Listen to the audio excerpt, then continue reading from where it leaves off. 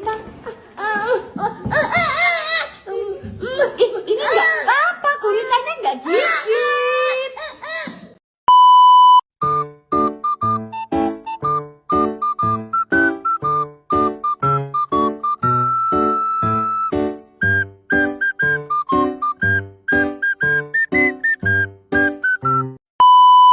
Pandang pertama lihat Nona langsung suka.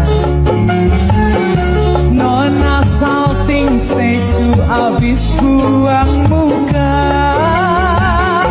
Sama buka pun senyum tiap hari sampai.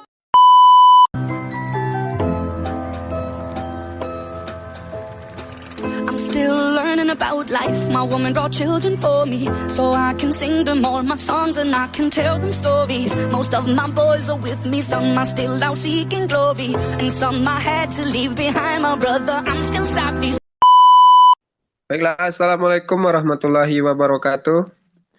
Baik, langsung saja untuk mempersingkat waktu. Di sini kami akan mempresentasikan hasil diskusi kami tentang mata pelajaran komputer ini. Kepada teman saya dipersilakan untuk memulai presentasinya.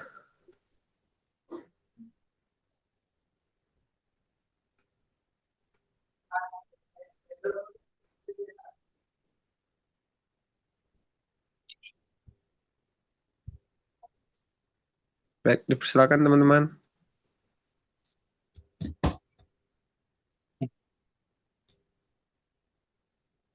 Baiklah, latar belakang perkembangan dunia usaha semakin kompetitif menurut setiap entitas bisnis untuk memiliki sistem pencatatan keuangannya rapi, akurat, dan dapat dipertanggungjawabkan dalam dunia akuntansi. Laporan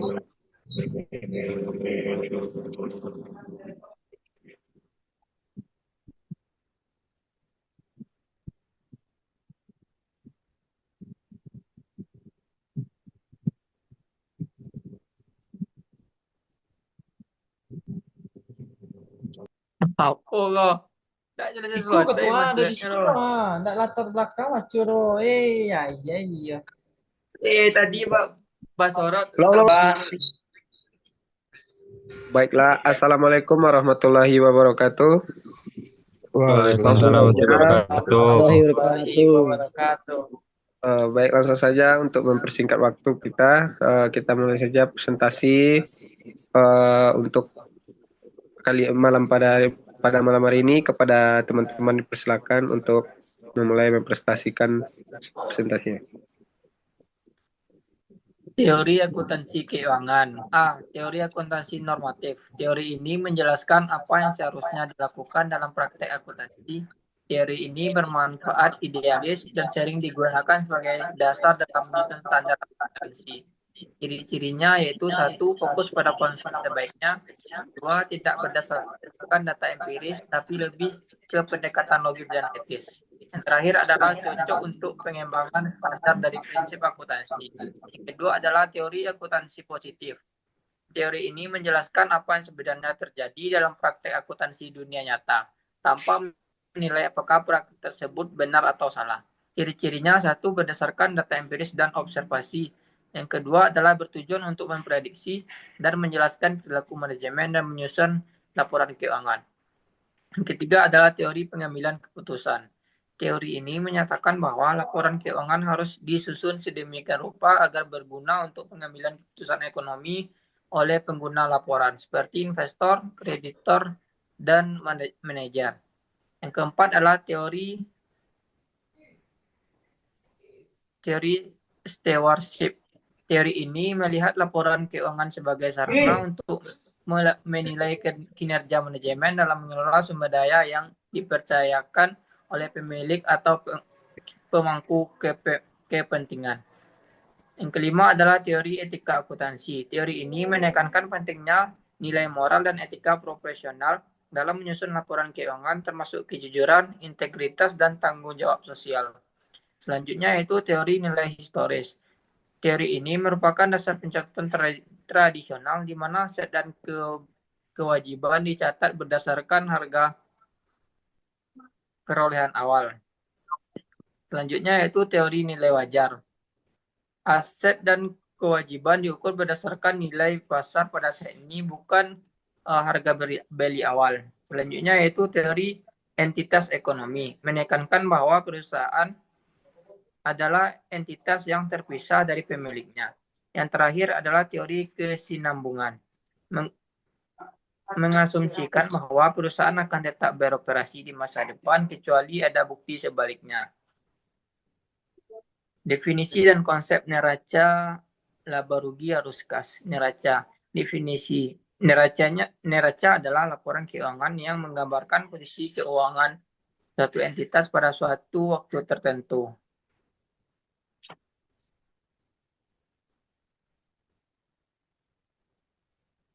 Yang kedua adalah laporan laba rugi. Definisinya, laporan laba rugi adalah laporan keuangan yang menunjukkan hasil operasional perusahaan dalam suatu periode tertentu, biasanya bulanan, kuartalan, atau tahunan.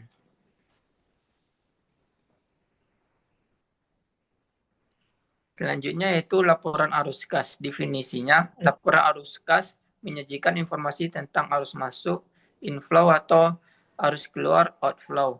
Kas perusahaan selalu periode tertentu, tidak seperti laporan laba rugi yang berbasis aktual.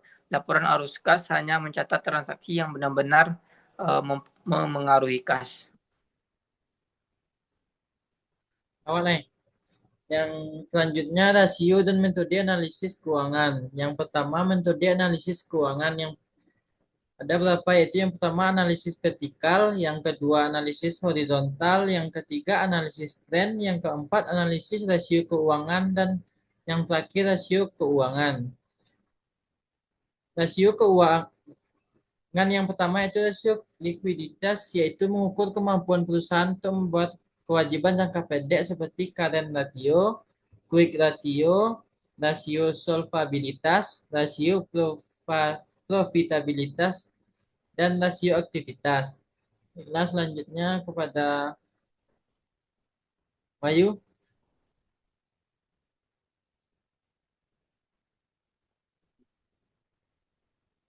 Baik, baik. Bab 3, yaitu sumber data transaksi toko modern sejati. Pada tanggal 2 Januari, transaksi diterima angsuran piutang usaha dari toko Matahari sebesar 1.100.000.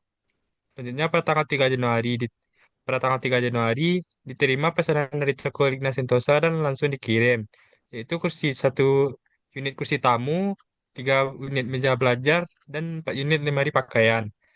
Berikutnya pada tanggal 4 Januari dibayar utang usaha sebesar 7.500.000 kepada toko Gadang Sentosa. Pada tanggal 6 Januari diterima pesanan dari toko Matahari berupa 1 unit kursi tamu, 3 unit kotak rajut besar, dan 3 unit kotak rajut sedang. Dan selanjutnya pada tanggal 8 Januari dipesan ke toko Anggon, yaitu 1 unit kotak rajut besar, 2 unit kotak rajut sedang. Pada tanggal 9 Januari dipesan ke toko Gadang Sentosa, yaitu 3 unit kursi tamu, 5 unit kotak rajut besar, 5 unit kotak rajut sedang. Pada tanggal 10 Januari dibeli peralatan kantor sebesar 4 juta rupiah secara tunai. Pada tanggal 12 Januari dikirim pesanan pada tanggal 6 Januari. 13 Januari diterima barang pesanan pada tanggal 8 dan 9 Januari. 16 Januari dijual tunai dan langsung dikirim, yaitu 1 unit kotak rajut besar dan 1 unit kotak rajut sedang. Pada tanggal 18 Januari diterima angsuran piutang usaha dari toko Ligna Sentosa sebesar 2.200.000. Pada tanggal 20 Januari dibayar utang usaha sebesar 9 juta rupiah pada toko Indah Selalu. Selanjutnya pada tanggal 21 Januari retur ke toko Gadang Sentosa 1 unit kursi tamu dan 1 unit kotak rajut sedang. Lanjut, pada tanggal 25 Januari dibayar beban listrik, air, dan telepon sebesar 450.000 rupiah. Pada tanggal 26 Januari dibeli perlengkapan sebesar 1.400.000 rupiah. Pada tanggal 27 Januari dijual tunai 1 unit meja belajar senilai 1.100.000. Pada tanggal 24 Januari diterima pelunasan piutang usaha dari toko Laris Manis sebesar 6.500.000. Pada tanggal 29 Januari, pemilik mengambil uang tunai di bank sebesar 1.200.000 untuk keperluan pribadi. Dan yang terakhir, pada tanggal 30 Januari dibayar gaji terutang sebesar 900.000 dan gaji bulan ini sebesar 4.100.000. Metode analisis, selanjutnya metode analisis, yaitu rekonsiliasi adalah proses mencocokkan catatan akuntansi internal di Akuret dengan data atau bukti eksternal seperti rekening koran dari bank, nota penjualan pembelian, stok fisik di gudang, tagihan pelanggan atau supplier. Tujuannya yaitu untuk memastikan bahwa semua transaksi tercatat dengan benar, lengkap, dan konsisten, sehingga tidak ada terjadi kesalahan dalam pembukuan. Selanjutnya kepada Hafiz. Bab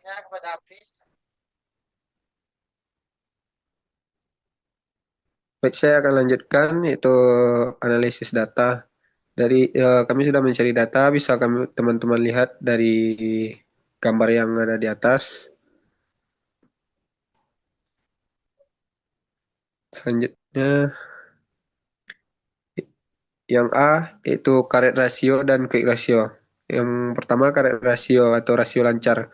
Mengukur kemampuan perusahaan untuk memenuhi kewajiban jangka pendek dengan aset lancar yang dimilikinya. Yang kedua, quick ratio, mengukur kemampuan perusahaan untuk memenuhi kewajiban jangka pendeknya tanpa mengandalkan persediaan, karena persediaan mungkin tidak secepat aset lancar lainnya diubah menjadi kas. Yang B, debt to equity ratio, DER dan debt ratio. Debt to equity ratio atau rasio utang terhadap ekuitas mengukur proporsi utang yang digunakan untuk membiayai aset perusahaan dibandingkan dengan ekuitas pemilik. Ini menunjukkan sejauh mana perusahaan bergantung pada utang. Yang kedua, debt ratio, mengukur proporsi total aset perusahaan yang didanai oleh utang. C. Manajemen aset lancar dan tetap. Manajemen aset lancar, komposisi aktiva lancar. Toko Morris Sejati memiliki komposisi aset lancar yang sehat. Bisa ke teman-teman lihat dari data yang dilampirkan. Selanjutnya,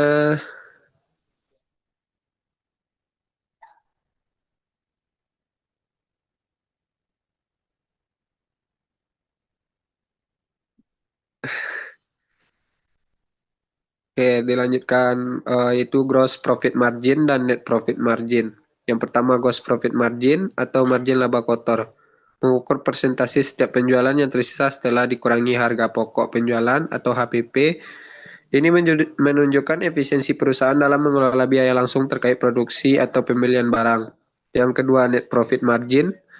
Mengukur persentase setiap penjualan yang tersisa sebagai laba bersih setelah dikurangi semua beban, termasuk HPP, beban operasi, pajak, dan lain-lainnya. Ini menunjukkan efisiensi keseluruhan perusahaan dalam mengelola biaya dan menghasilkan keuntungan dari penjualan. Yang B, operating expense ratio atau rasio operasi.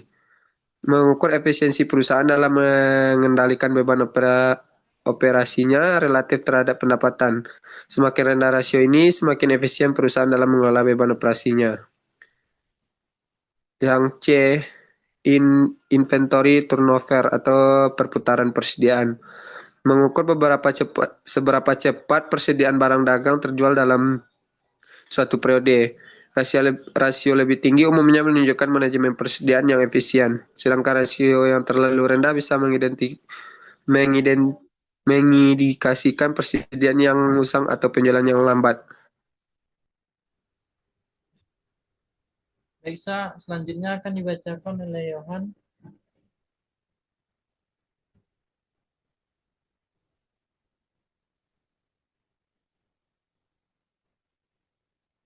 Di atas.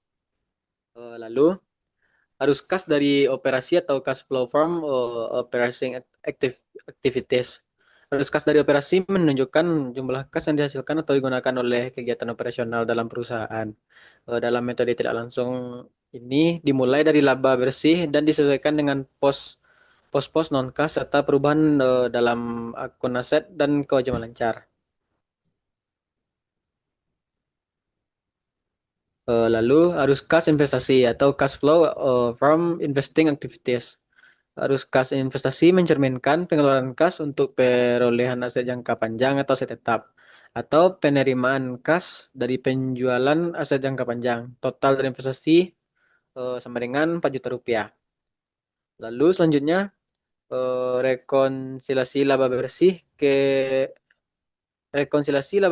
kas bersih operasi atau reconciliation of net income to net cash from operation.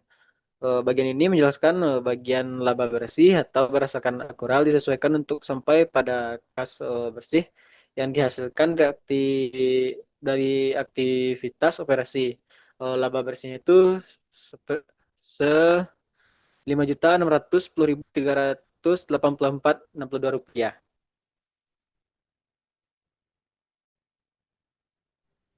Selanjutnya kepada Farhan. Baik, dari yang telah teman-teman saya sampaikan tadi, dapat kita ambil kesimpulan dan rekomendasi. Jadi kesimpulan utamanya, berdasarkan hasil analisis laporan keuangan Toko Muara Sejati untuk bulan Januari 2018 dapat disimpulkan hal-hal berikut. Yang pertama ada kondisi likuiditas. Current ratio sebesar 2,06x dan quick ratio 1,25 menunjukkan bahwa toko memiliki kemampuan yang cukup baik untuk memenuhi kewajiban jangka pendeknya. Yang kedua ada struktur permodalan. DER sebesar 0,21 dan debt ratio sebesar 0,17 mengindikasikan bahwa struktur permodalan perusahaan sangat sehat dengan ketergantungan rendah pada utang. Yang ketiga ada yang keempat ada komposisi aset. Aset tetap mendominasi struktur aset, yaitu sebesar 64% dari total aset. Yang kelima ada profitabilitas dan arus kas. Laba bersih setelah pajak tercatat kecil sebanyak Rp54.948,72. Sementara arus kas bersih dari aktivitas operasi justru negatif sebesar 10 juta. Ini menunjukkan bahwa meskipun perusahaan mencatatkan laba, kas dari aktivitas operasional justru mengalami penurunan yang signifikan. Arus kas ini selanjutnya ada rekomendasinya. Yang pertama ada tingkatan efisiensi operasi. Meskipun laba tercatat positif, arus kas operasional negatif menunjukkan adanya inefisiensi dalam manajemen piutang dan persediaan. Selanjutnya, penguatan manajemen kas. Diperlukan strategi pengelolaan kas yang lebih baik, termasuk penjadwalan pembayaran utang dan pengumpulan piutang yang lebih cepat agar likuiditas tetap terjaga. Selanjutnya, mengingat profitabilitas yang masih tipis, perusahaan dapat mempertimbangkan diversifikasi produk atau layanan tambahan untuk meningkatkan margin keuntungan. Dan selanjutnya, proporsi aset tetap yang tinggi harus diimbangi dengan produktivitas dan efisiensi aset tersebut. Dan yang terakhir, monitoring rutin dan penggunaan software akuntansi. Lanjutkan penggunaan akurat versi 5 dan pastikan pencatatan dilakukan secara konsisten dan akurat. Pengawasan berkala sangat penting untuk mendeteksi potensi masalah sejak dini. Terima kasih. Baik, sekian presentasi dari kelompok kami. Saya Hafiz sebagai moderator mewakili teman-teman meminta maaf jika ada kesalahan. Mohon maaf buat kesannya yang terburu-buru karena Zoom kami yang tidak premium. Sekian, saya tutup dengan Assalamualaikum warahmatullahi wabarakatuh. Waalaikumsalam warahmatullahi wabarakatuh. Assalamualaikum warahmatullahi wabarakatuh.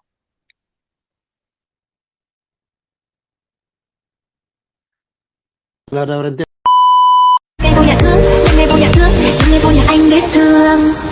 Giây phút em gặp anh là em biết em si tình, tình tình tình